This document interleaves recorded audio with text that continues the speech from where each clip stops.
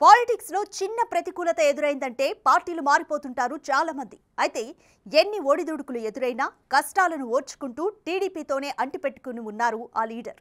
ఆ నియోజకవర్గంలో ప్రత్యర్థి అధికార బలం చూపిస్తూ కక్ష సాధింపులకు పాల్పడుతున్నా పక్కచూపులు చూడడానికి కూడా ఇష్టపడని కమిట్మెంట్ ఆయనది. పొలిటికల్ బ్యాక్గ్రౌండ్ ఉన్న కుటుంబం నుంచి వచ్చిన ఆయన పార్టీలో అవకాశాలు రాకపోయినా పసుపు జెండా మాత్రం వదలరు అన్న పేరుంది.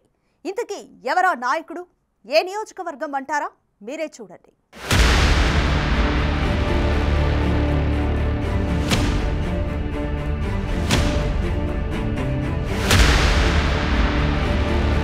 చల్లా రామచంద్రారెడ్డి అలియాస్ చల్లా బాబురెడ్డి.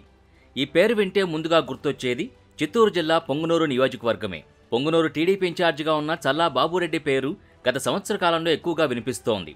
అందుకు కారణం ఆయన ప్రత్యర్థి పొంగనూరు నియోజకవర్గ ఎమ్మెల్యే, సీనియర్ మంత్రి అయిన పెద్దిరెడ్డి రామచంద్రారెడ్డితో ఢీ అంటే ఢీ అంటూ ఉండడమే.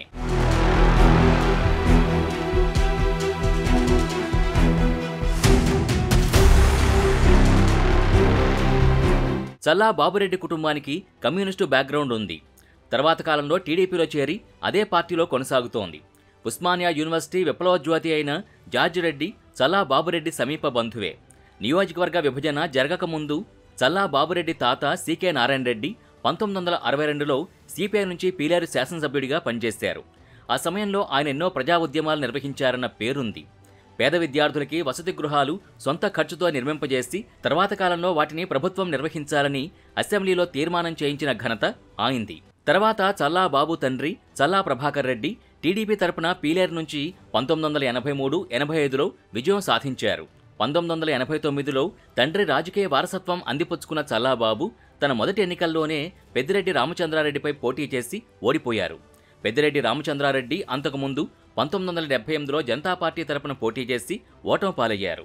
తర్వాత 1985లో పెద్దిరెడ్డి కాంగ్రెస్ తరపున పోటీ చేసి చల్లా బాబురెడ్డి తండ్రి ప్రభాకర్ రెడ్డి చేతిలో పరాజయం పాలయ్యారు. పెద్దిరెడ్డి తర్వాత 1989లో చల్లా బాబురెడ్డిపై గెలిచి రాజకీయంగా గట్టి పునాదులు వేసుకుంటూ వచ్చారు.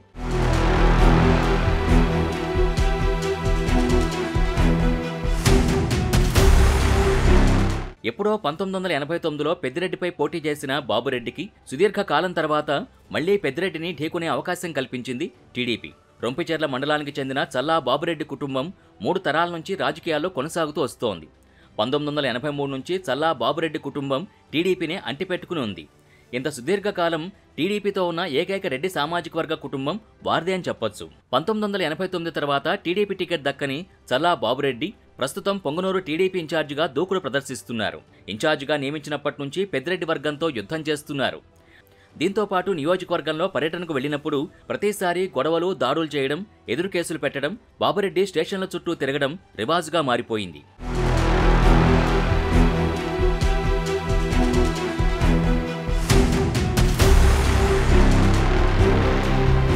చంద్రబాబు ప్రాజెక్టుల పరిశీలనకొచ్చినప్పుడు పొంగనూరు బైపాస్ రోడ్లో జరిగిన గొడవ రాష్ట్ర వ్యాప్తంగా సంచలనం రేపింది. చంద్రబాబు టూర్ ఖరారైనప్పటికీ పొంగనూరులో వైసీపీ కార్యకర్తల నిరసనలకు పోలీసులు అనుమతి ఇవ్వడం, వారి కవ్వింపు చర్యల ఫలితంగా జరిగిన గొడవలో పోలీసులు, టీడీపీ కార్యకర్తలు గాయపడ్డారు. ఈ సందర్భంగా తెగబడ్డ టీడీపీ కార్యకర్తలు పోలీసుల వజ్రావాహనంతో పాటు వ్యాన్ను తగలబెట్టారు.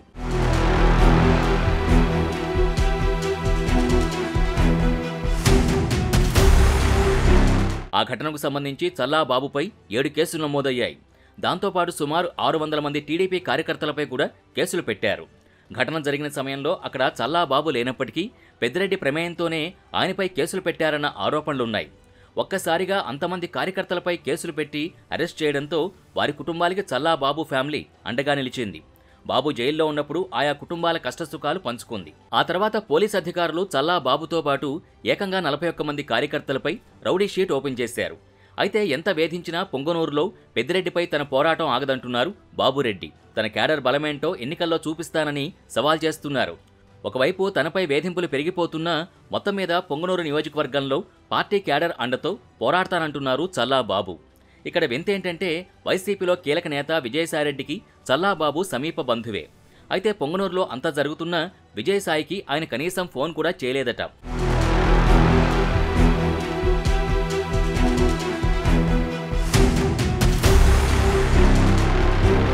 పొంగనూరు నుంచి టీడీపీ అభ్యర్థులు 2009లో వెంకటరామరాజు, 2014లో అనూషారెడ్డిలు పెద్దిరెడ్డిపై పోటీ చేసి ఓడిపోయారు. పెద్దిరెడ్డి ముందు వారు నిలబడలేకపోవడంతో ఈసారి బెస్ట్ ఆప్షన్గా చల్లాబాబు కనిపించారంటున్నారు. చల్లాబాబు తన మండలంతో పాటు సమీప పులిచెర్ల మండలంలో టీడీపీ క్యాడర్కి అండగా ఉండడమే కాకుండా 2 మండలాల్లో టీడీపీ ఆధిక్యత చూపిస్తూ వచ్చారు. దాంతోపాటు చల్లాబాబు ఎక్కడ పార్టీ కార్యక్రమాలు నిర్వహించినా తన అనుచరులతో తరలి వెళ్లేవారు.